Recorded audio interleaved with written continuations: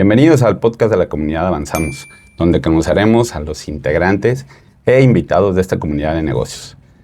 Yo soy su servidor, Israel Jiménez, director y fundador de esta comunidad empresarial.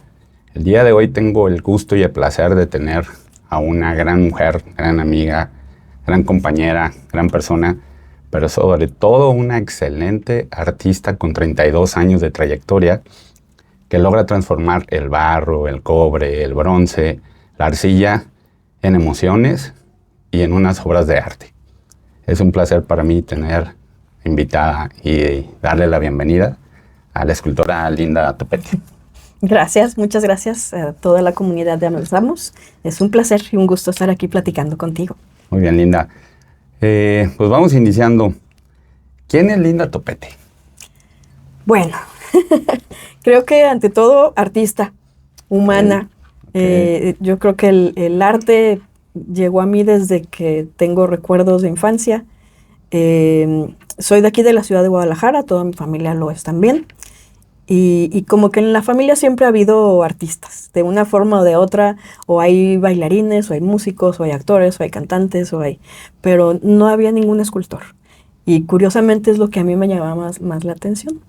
Entonces, pues a la par de la escuela, que también toda mi vida de estudiante fue aquí en Guadalajara, y de disfrutar otras cosas, ya sabes, que salir con las amigas, que visitar a mi abue, por ejemplo, que siempre fue mi súper amiga, y pues actividades yo creo que de niños, ¿no? De niñas, jugar con los primos en la calle, y cosa que a lo mejor ya no podemos hacer ahorita. Sí.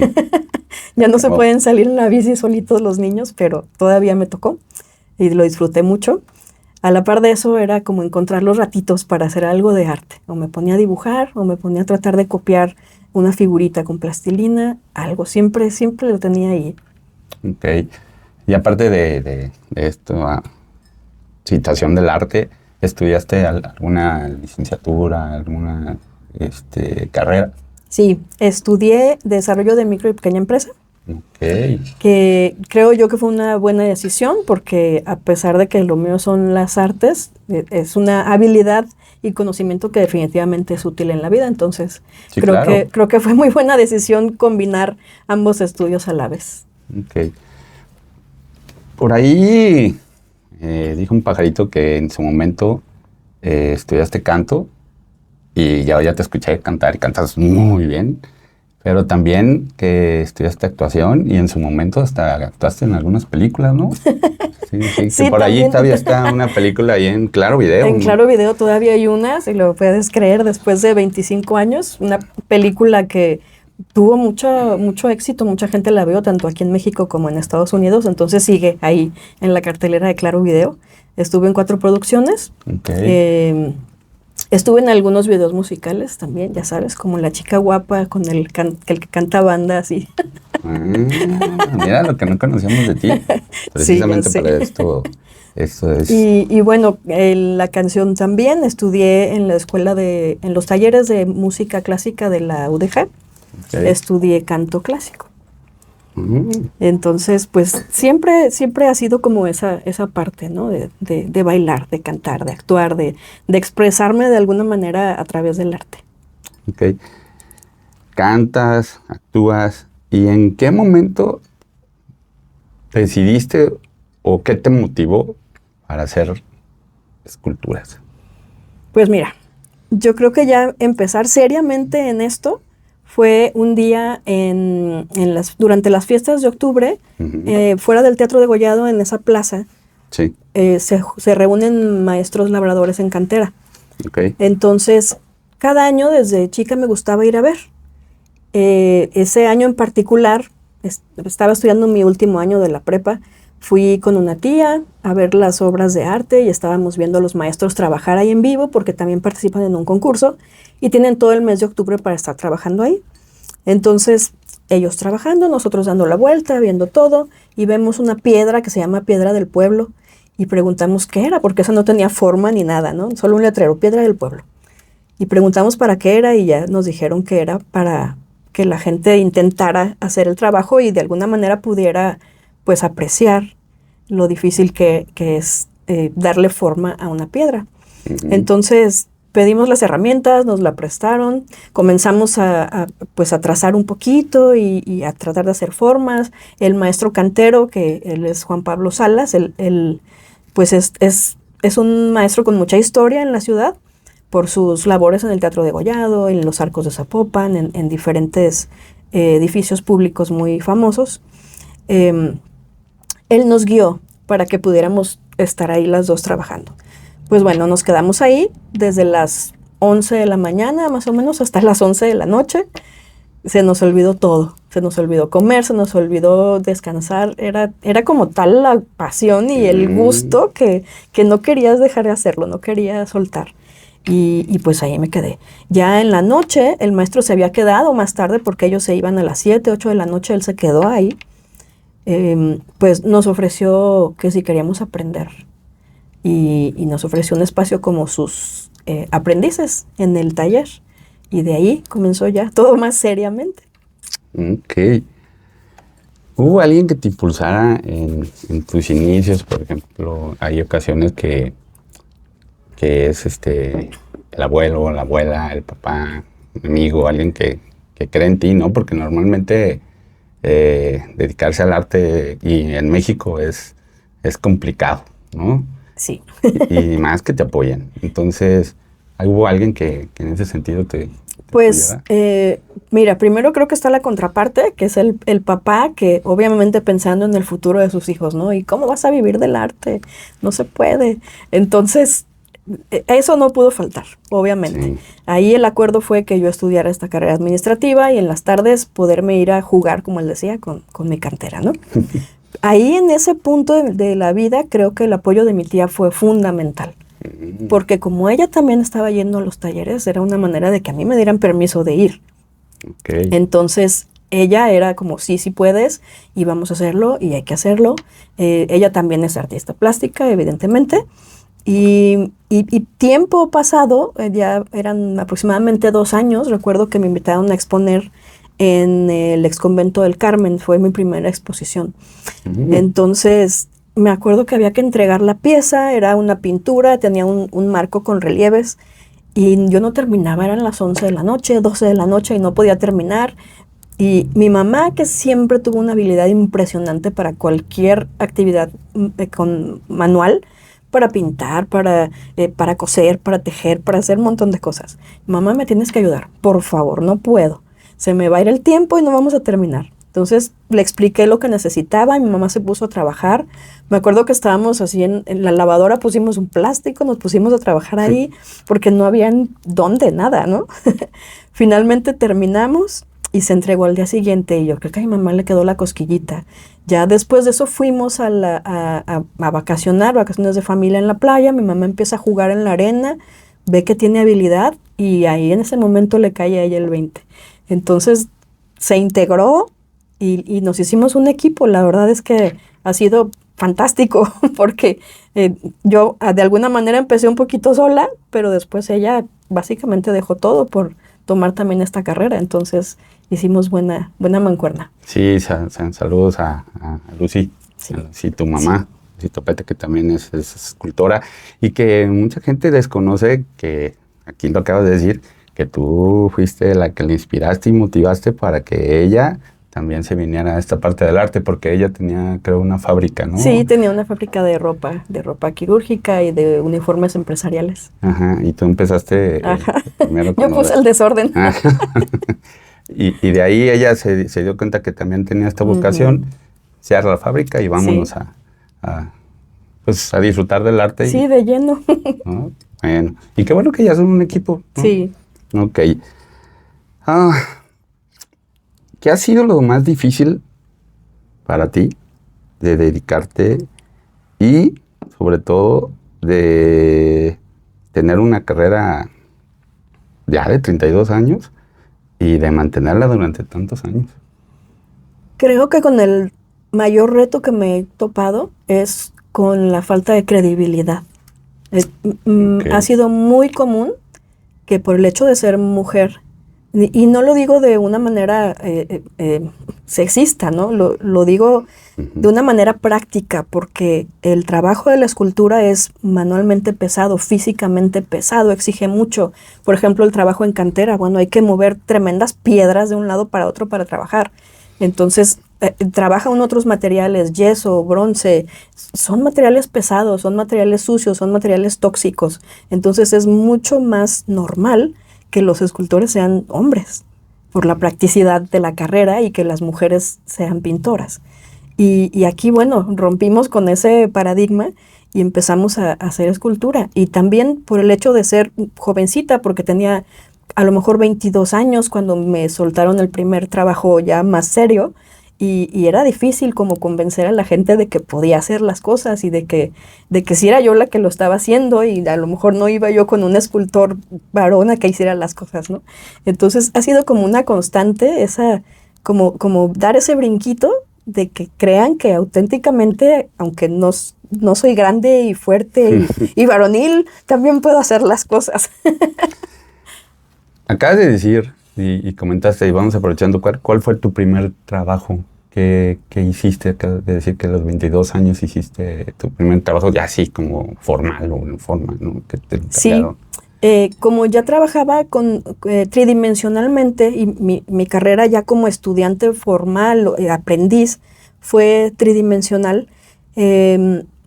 Por ahí en una exposición conocí a un maestro pintor, muy famoso, de muy buena carrera, y él me pidió que apoyara a un grupo de las personas que trabajaban con él a hacer tridimensionales algunas de sus figuras. Él tenía personajes muy característicos en su obra, quería hacer una línea de escultura, pero no encontraba como la manera de traerlos a la tridimensionalidad. Entonces él me hizo dibujos, me hizo trazos, y yo trabajé con su equipo, mostrándoles más o menos cómo una figura plana podía traerse a la tercera dimensión para él poder complementar su arte. Ya en base a eso, ya él pudo trabajar sus colecciones posteriores de escultura. Ok. La vida te ha llevado a esta parte de ser artista, de ser escultora, y dentro de los escultores me imagino que hay especialidades. Yo sé que te especializas en la parte de los bustos, ¿no? ¿Qué te atrae tanto de los rostros? ¿Por qué los bustos? Ay, pues mira, yo creo que dicen que los ojos son las ventanas del alma, pero me gusta pensar más allá. Creo que no son solo los ojos, sino es toda la expresividad del rostro. Un rostro te puede marcar en las líneas de expresión, en la forma en la que la piel con el tiempo va cambiando. Una persona que sonríe mucho tendrá ciertas líneas de expresión, una persona cansada tendrá otras líneas, una persona que vive con miedo se le marcan otras líneas. Entonces, viendo, por ejemplo, la estructura muscular, la expresión que el rostro va formando a través de los años, se puede saber mucho de la vida de esa persona. Okay. Entonces, la personalidad se puede leer en esas marcas del rostro y que se van generando a lo largo del tiempo. Entonces, para mí es un reto trabajar en los bustos, trabajar en los rostros y lograr esa expresividad para que cuando alguien vea una obra diga, wow, esta persona se ve feliz. Y no nada más porque tiene una sonrisa a lo mejor un poco robótica o porque estéticamente le hiciste una línea así, ¿no? Sino que es una auténtica sonrisa con expresión y con alma. Okay. A la hora de elaborar ese rostro, ¿qué es lo primero que buscas? ¿La forma, la emoción que va a transmitir o su historia de ese rostro? ¿O es una combinación de las tres? Cuando se trabaja un rostro específicamente de alguien que solicitaron, me gusta obtener la mayor cantidad de información posible de la persona. Okay. Es platicar con personas que la conocieron, preferentemente familiares, platicar sobre su personalidad, sobre sus gustos, sobre a lo mejor qué tipo de niñez tuvo, si tuvo una niñez más relajada, una niñez más dura, porque eso también nos marca a lo largo de la vida. Entonces, todas esas expresiones se pueden poner en una escultura, aunque no lo parezca. Cuando la ves al final, eso te da el parecido, porque no es nada más las medidas o dónde pones un ojo, dónde pones una nariz, sino que también estás poniendo esa historia que te dijeron y de lo que leíste y de lo que viste en fotos y videos, la imprimes ahí en la obra. Ok. ¿Hay algún rostro que te haya marcado, que lo recuerdes, ya sea porque fue muy difícil plasmar realmente la emoción que querías, o porque en ocasiones para poder hacer los procesos de una obra cuenta el clima, ¿no? También, por ejemplo, y platicaba contigo hace poco de una obra que tenías que te hizo batallar un poquito, ¿no? Sí. Porque creo que ¿cómo se llama? El vaciado. Ajá. Lo realizaste como 3 veces porque Ajá. no quedaba, ¿no? Sí, Entonces, casi me hace llorar.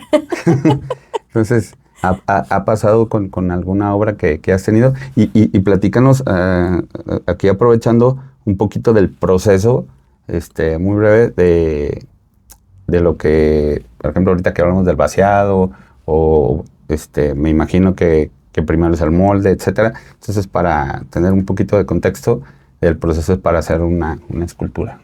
Pues, bueno, me voy primero con con la primera parte de la pregunta.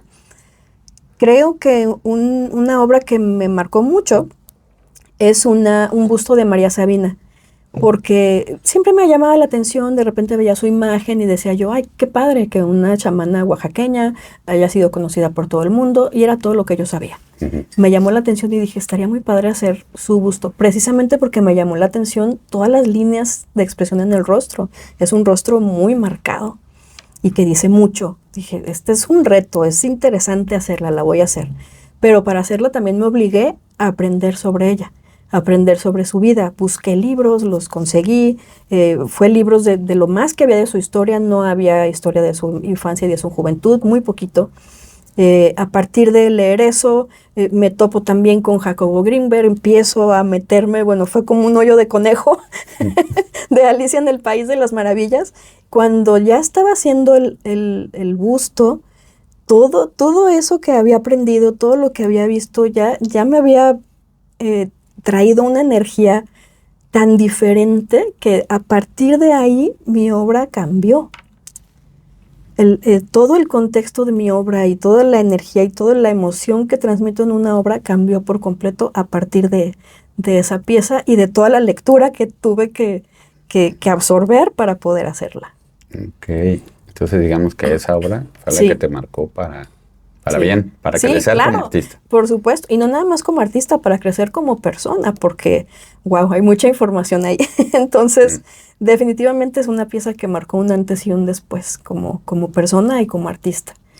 Y llegando a la segunda parte de la historia, en cuanto es en lo que es el proceso, para realizar obras en diferentes materiales se llevan a cabo diferentes procesos. En la cantera, bueno, vas golpeando y vas quitando lo que sobra, como decía Miguel Ángel, ¿no?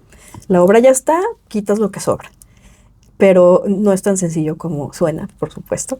Por ejemplo, para trabajar en el bronce o trabajar en un polímero, en una resina, en una fibra de vidrio, el paso principal es modelar.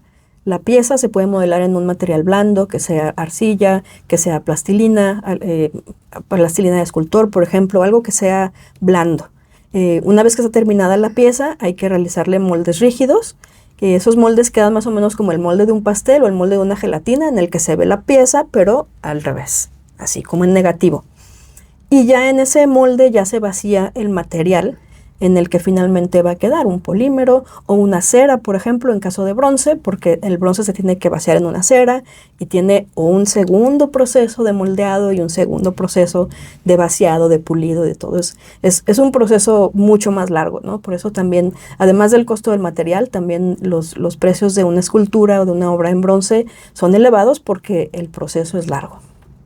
Ok. Ahorita que estabas comentando de libros, que te metías a documentarte en libros también, quiero aprovechar por ahí que vas a estar en un libro, ¿no? De artistas. Sí. A ver, platícame un poquito. Bueno, esto fue una amable invitación de mi amigo Daniel Pérez. Él es promotor de arte, Y vaya, hace eventos muy lindos, organiza exposiciones, organiza subastas a beneficio de diferentes instituciones. Es una persona que no para.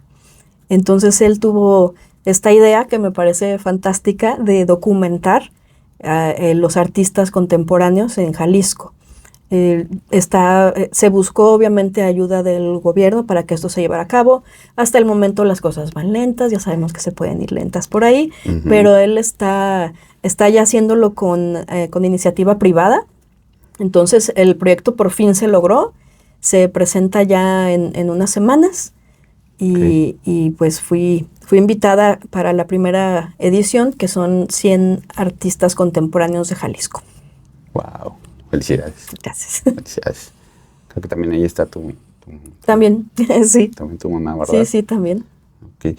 Hace poco también te dieron un reconocimiento, ¿no? Sí, recibí reconocimiento de ciudadano honoris causa y este reconocimiento fue por trayectoria artística, por los 32 años que ya mencionabas, y por labor altruista, que bueno, es algo que la familia siempre nos ha inculcado, ¿no? Que hay que servir. Ok. A ver, esta pregunta me llama la atención. ¿Crees que el arte es una forma de poder sanar, tanto para quien crea o como para quien lo observa? Creo que sí, definitivamente sí. La creación del arte nos lleva mucho a expresar emociones. El expresar emociones siempre es bueno a nivel de sanación. Okay. En definitiva, el proceso mismo de creación de arte exige atención. Entonces, la atención de estar en el aquí y estar en el ahora nos quita mucho ruido de la cabeza y mucho ruido del alma, porque te está obligando a poner atención en lo que estás haciendo, porque son detalles, porque son colores, porque son medidas. Tienes que estar ahí. No puedes estar pensando en, ay, me dijo esto, ahí me puso cara fea. No, estás aquí y ahora y disfrutando el proceso. Entonces, todo ese ruido que se va es una especie de meditación y por supuesto que ayuda a sanar. Y como espectador, creo que mucha de ese amor y de esa energía que un artista imprime en su obra permanece en la materia. Cuando un espectador está viéndola, puede percibir esa emoción. Y también puede encontrarse con sus propias emociones. A lo mejor no es lo que el artista quería transmitir, pero él podría encontrarse con sus propias emociones y generar a partir de ahí un diálogo interno que lo lleve a sanar. Ok. Y hablando de esta parte de sanar, eres una persona muy empática y que transmites mucha paz, la verdad, a quien estamos a tu alrededor, ¿no? La verdad, yo... soy un afortunado de poder convivir contigo y la verdad, sí es así. ¿Cómo cuidas tu mundo interior para poder transmitir esa paz a las demás personas? Creo que mucho tiene que ver que me dedico al arte. Okay. Creo que eso es parte importante. Pero también tengo prácticas saludables emocionalmente, como la meditación, por ejemplo, el ejercicio, que son cosas que definitivamente ayudan a tener paz. Y bueno, hablando de paz, yo creo que es la clave, ¿no? Encontrar la paz y encontrar la manera de que lo que está a tu alrededor no te la quite. Okay. ¿Qué papel juega el silencio en tu proceso creativo? Yo te comentaba en alguna ocasión cómo trabajas tú, ¿no? Si en silencio total a la hora de estar creando una obra, o a lo mejor pones música a todo volumen, ¿no? O sea, a lo mejor no sé si pones a Beethoven o si pones, no sé, regional mexicano, o si de plano, de verdad es un silencio total, no sé. Platícame un poquito de cuando estás creando una obra. Fíjate que sobre el silencio hay algo muy interesante. En alguna ocasión alguien me dijo, es que si no estoy hablando todo el tiempo, no es porque esté enojada, es porque estoy pensando o estoy nada más disfrutando el momento de estar aquí, ¿no? Y le dije yo, pero ¿por qué te preocupas por los momentos de silencio? No existiría una sinfonía si no hubiera momentos de silencio. El silencio es tan importante como el ruido. Tiene que existir para que haya un equilibrio y para que haya una belleza. Entonces, yo creo que en el arte es igual. Hay momentos de silencio en los que prefiero trabajar en silencio total, concentrarme nada más en lo que estoy haciendo. Hay momentos en que la compañía de la música me parece fantástica y curiosamente tiene mucho que ver ahora, como decías, que si la música regional, que si la música clásica, también tiene que ver con la obra que esté haciendo. Hay obra que necesita, o procesos de la obra, por ejemplo la pintura, que necesita menos concentración, necesita atención, claro, pero necesita menos concentración. Puedo tener una música en la que incluso esté cantando. Pero si es una parte de la obra o es una obra que exige mucha minuciosidad, que exige mucho detalle, entonces sí, algo bajito, música clásica, por ejemplo, ¿no? Algo tranquilo que no me distraiga de las labores del momento. Pero o sí hasta en puede silencio. variar. Sí, sí, te decía que a veces en silencio total hay piezas que en silencio total se disfrutan porque llena tanto lo que estás haciendo que no necesitas escuchar nada. Ok. ¿Cómo influye tu estado emocional o, alguien le pregunta, si influye tu estado emocional en el momento que tú puedes estar realizando una pieza? Sí, Sí. definitivamente. Soy totalmente convencida de que el estado de ánimo puede afectar. Me recuerdo un libro, el de Como agua para chocolate, que no sé si recuerdas, que las personas están cocinando y según su estado de ánimo, la comida sale diferente. Y eso afecta a los que se la comen. Y me recuerda mucho porque también sucede así. Ha pasado muchas veces en que estoy desesperada por terminar algo y no estoy concentrada y las cosas no salen, con lo que decías ahorita, el material no fragua o se rompen cosas que jamás se habían roto y en ese momento de la prisa se rompen. Yo creo que a todos nos ha pasado que cuando tienes más prisa la impresora lo sabe y no imprime. Entonces, yo creo que sí, definitivamente nuestro estado de ánimo influye en lo que estás haciendo. Así que sí. Pues no somos psicólogos ni expertos, pero parece ser que tener como una actividad de arte puede ser una buena terapia para un momento complicado que estemos viviendo, ¿no? Ya sea pintar o enseñarnos a hacer alguna escultura, no sé, escribir.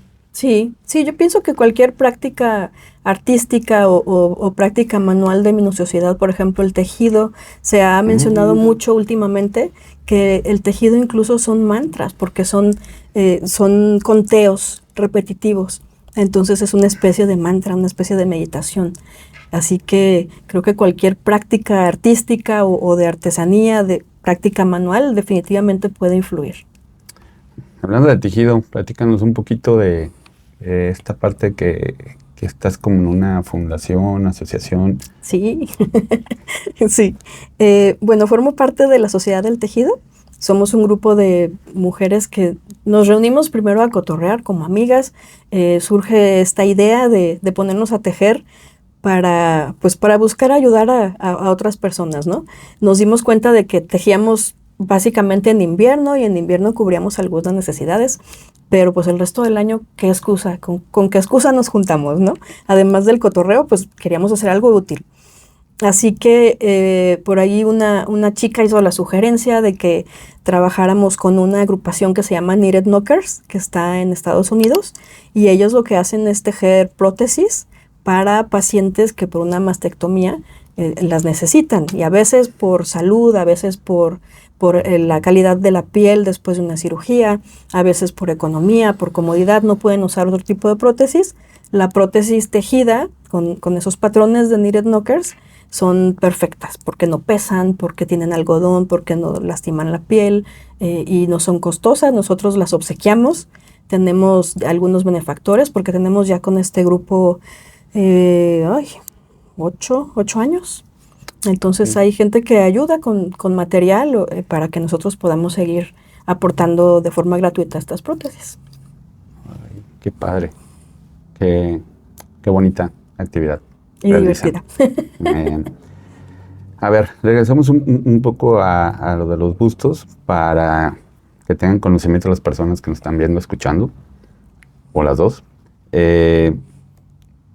Yo puedo encargarte a ti algo en especial, por ejemplo, que quiero hacer el busto de mi abuelo, ¿no? Yo te puedo contactar a ti y y tú me puedes realizar ese busto, ya sea con una estatuilla pequeña, mediana o hasta monumental. Sí, ¿Sí? sí, se puede hacer desde una pieza pequeñita de joyería hasta una obra monumental. Entonces, claro, se puede hacer una obra perfectamente de un personaje o de alguien valioso que quieren recordar en la familia. Se puede hacer en base a fotografías, se puede hacer en base a videos. Ahorita obviamente hay mucho más material que se puede tomar como material de referencia para trabajar sobre eso. Y claro, por supuesto que se puede hacer. Es una bonita manera de honrar a alguien, no solamente a un personaje famoso a lo mejor del estado, sino a alguien en la familia. Ok. Sí, por ahí dentro del grupo creo que ya te empezaron a encargar por ahí a alguien Sí. de un familiar, ¿no? Sí, ya estamos ahí trabajando con la propuesta. Es una obra muy bonita porque es la mamá, que bueno, abuelita Ujú. de la familia, alguien muy dulce, alguien muy querido, alguien muy trabajador, una bonita persona. Entonces, pues ya empezamos con las fotografías y platicando qué es lo que se puede hacer. También sé que puedes hacer restauraciones. Restauraciones en esculturas, digamos, en pintura, ¿no? O platícame algo un poquito más Eh, de esta parte que tú también puedes para, ayudar. sí, podemos restaurar sobre todo escultura, específicamente porque ese es el tipo de trabajo en el que me especializo. En pintura no, porque no tengo el expertise, ¿no? Puedo pintar algo, pero hay que tener conocimiento de métodos de pintura, de materiales antiguos para poder utilizar los mismos que se utilizaron cuando se hizo la obra originalmente, para no dañarla, obviamente. Entonces, en escultura sí cuento con el conocimiento y bueno, cuando no cuento con él es estudiar y lograrlo, ¿no? Y practicar y hacerlo. Que fue el año pasado, me parece que tuvimos un encargo muy curioso que fue restaurar una armadura de un samurái.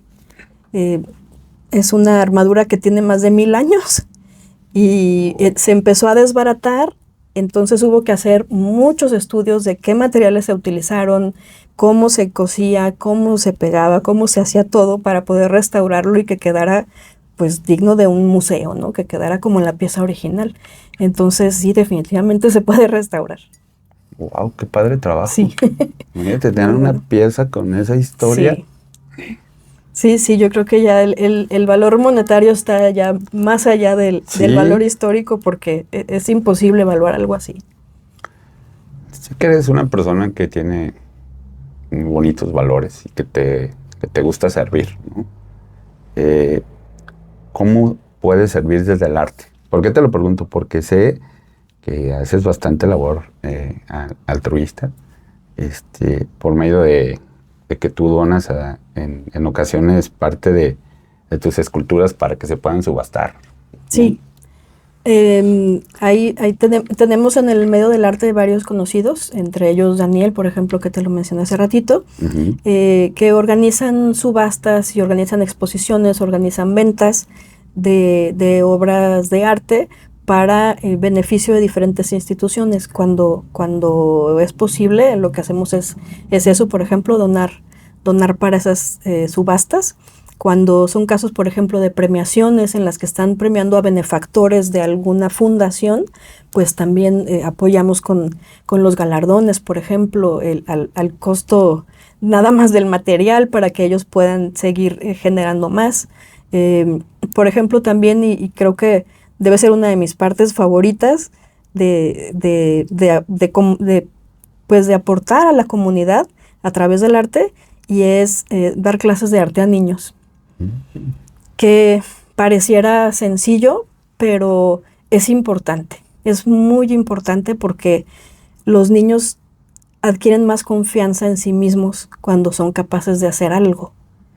Cuando son pequeños quizá no tienen la habilidad de hacer quizá una mesa no sé, reparar un automóvil o coser una pieza de ropa. Serán pocos los que tengan una habilidad así, pero prácticamente cualquier niño tiene la habilidad de hacer una obra de arte. porque el arte no tiene que ser de cierta manera todo el tiempo, es una forma de expresión.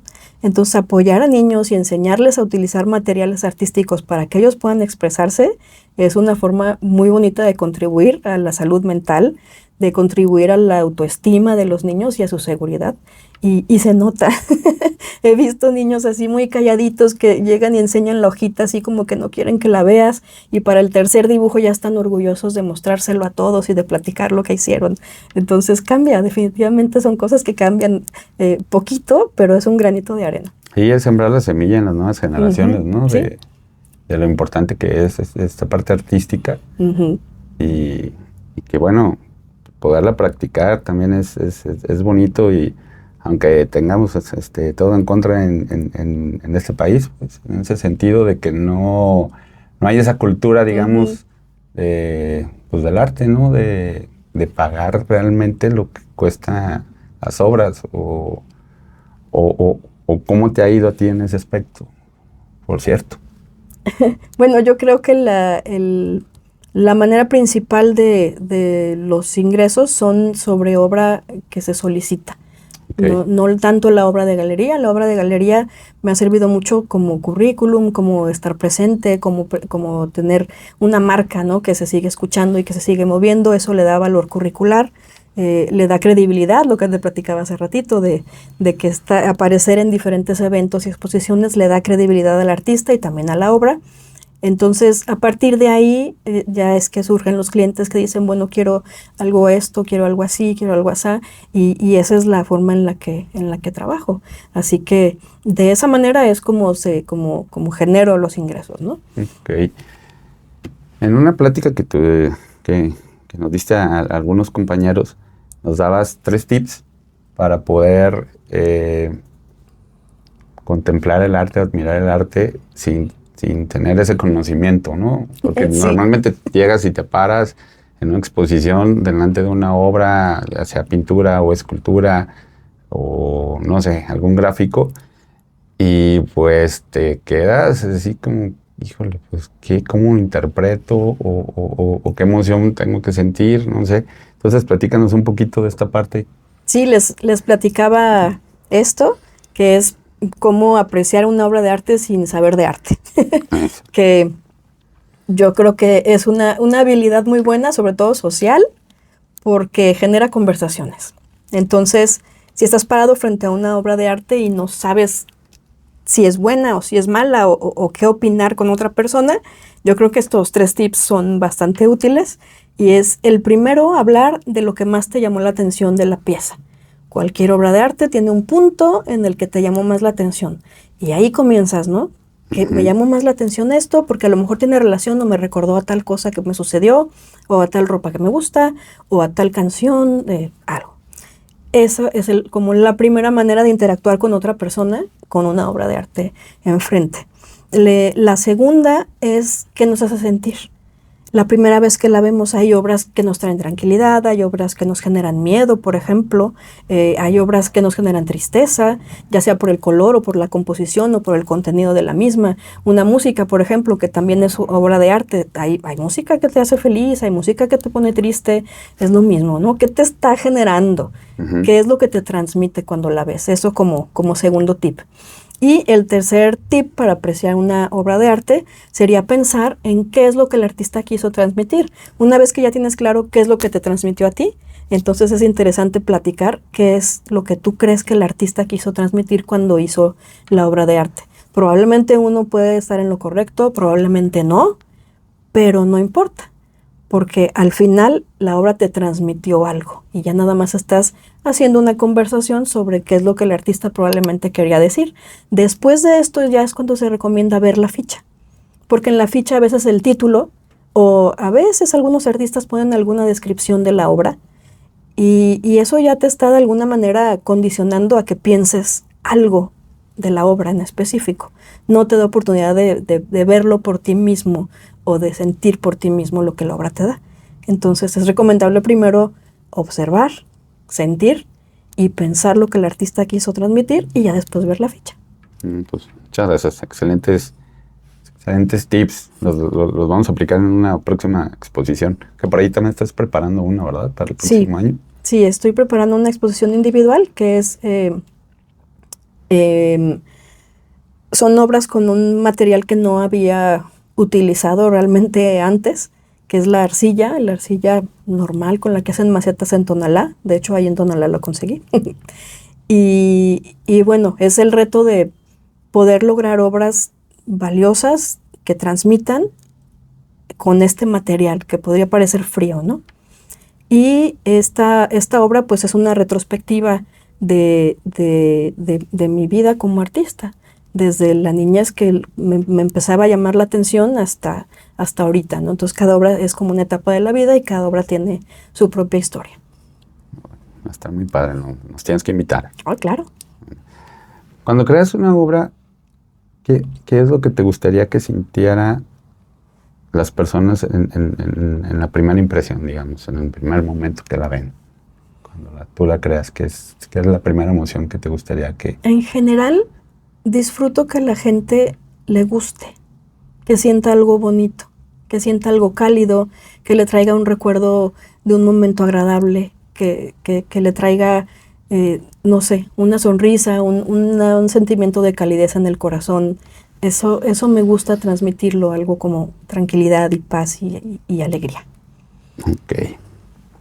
¿Qué le dirías a alguien que va empezando en esta parte de ser artista, escultor, pintor, escritor, y que tiene miedo de aventarse a esta carrera, pues por todo lo que ya platicamos, ¿no? De que no hay tanto apoyo en ese sentido a la cultura, a las artes? ¿Qué le dirías? Que sí. Que estudie administración.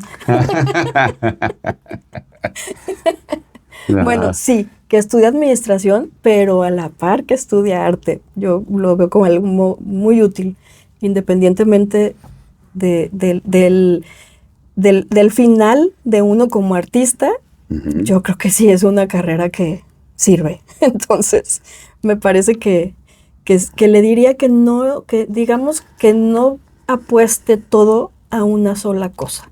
Como yo soy escultor y hago mis obras en galería y no quiero hacer obras para nadie más que lo que yo quiero hacer y lo pongo ahí. Es difícil vivir así del arte. Se puede. Hay quienes lo han hecho, ¿no? Incluso aquí en México, que no hay tanta cultura al respecto. Pero siento yo que sí es importante diversificar. Aunque sea dentro de la misma escultura, ser capaz de hacer, por ejemplo, los bustos o los galardones o los relieves o las obras para la iglesia o medallas, o sea, diversificar un poco porque eso también amplía tu mercado. Creo que es importante ser un poquito abierto de mente como artista y hacer obras que van más allá de lo que se encierra en una galería a ver a quién le gusta. Ok. Y por último, brevemente, estás en este grupo empresarial de Avanzamos. ¿Cómo te sientes de estar aquí? ¿Qué es para ti Avanzamos? Pues lo comenté hace unos días. No tengo mucho tiempo en el grupo, sin embargo, me siento como en familia. Es padrísimo porque no es nada más estar ahí por el aspecto empresarial o aprender de otras personas que ya están en el camino, ¿no? De ser emprendedor o de ser empresario, que por supuesto que sucede, por supuesto que aprendemos de ellos porque convivimos con ellos. Pero creo que va más allá de eso. Está también esta otra aspecto de la comunidad, que es formar un círculo familiar, un círculo de amigos, y a partir de ahí entonces aprender unos de otros, y yo creo que eso le da un valor muy importante. Entonces me siento afortunada, la verdad, de haber llegado al grupo y me siento feliz. Nosotros afortunados de tenerte ahí. Yo quisiera platicar contigo 2, 3, 4 horas más, pero pues tenemos nuestro tiempo medido. Yo quiero agradecerte porque hoy aprendimos un poquito más de arte. Platícanos tus redes sociales o dónde podemos contactarte, tanto para poder admirar tu obra, para tener que tengamos conocimiento de alguna exposición que viene, o incluso si queremos mandarte a hacer algún trabajo, ¿no? Ya lo comentaste, algún busto, alguna obra que puede ser desde muy pequeñita hasta un monumento, ¿no? ¿Dónde podemos Muy bien. contactar? Pues mis redes sociales, estoy como Linda R. Topete, tanto en Facebook como en Instagram, como en TikTok. En TikTok también estoy como La Escultora, así pegadito. Ahí me pueden encontrar. Y por mensaje directo o cualquier comentario en una de las publicaciones, ahí yo estoy atenta para comunicarnos y por supuesto, ¿no? Poder invitarles tanto a las exposiciones como a los talleres, por ejemplo, que a veces hago algunos talleres y pues compartir más que nada, ¿no? Poder compartir este gusto por el arte. Pues seguiremos en contacto y tendremos que volver a hacer otro nuevo episodio porque pues, quedaron ahí muchas preguntas, muchas dudas. Con gusto. Pero que creo que fue un episodio muy sustancioso para poder seguir aprendiendo de arte. Nuevamente, muchísimas gracias, Linda. Ay, gracias a ti. Por aceptar la invitación. Y pues nada, a ustedes muchísimas gracias también por escucharnos, por vernos, escucharnos. Y esperemos tener nuevamente su presencia para el próximo episodio de el podcast de Avanzamos. Hasta luego.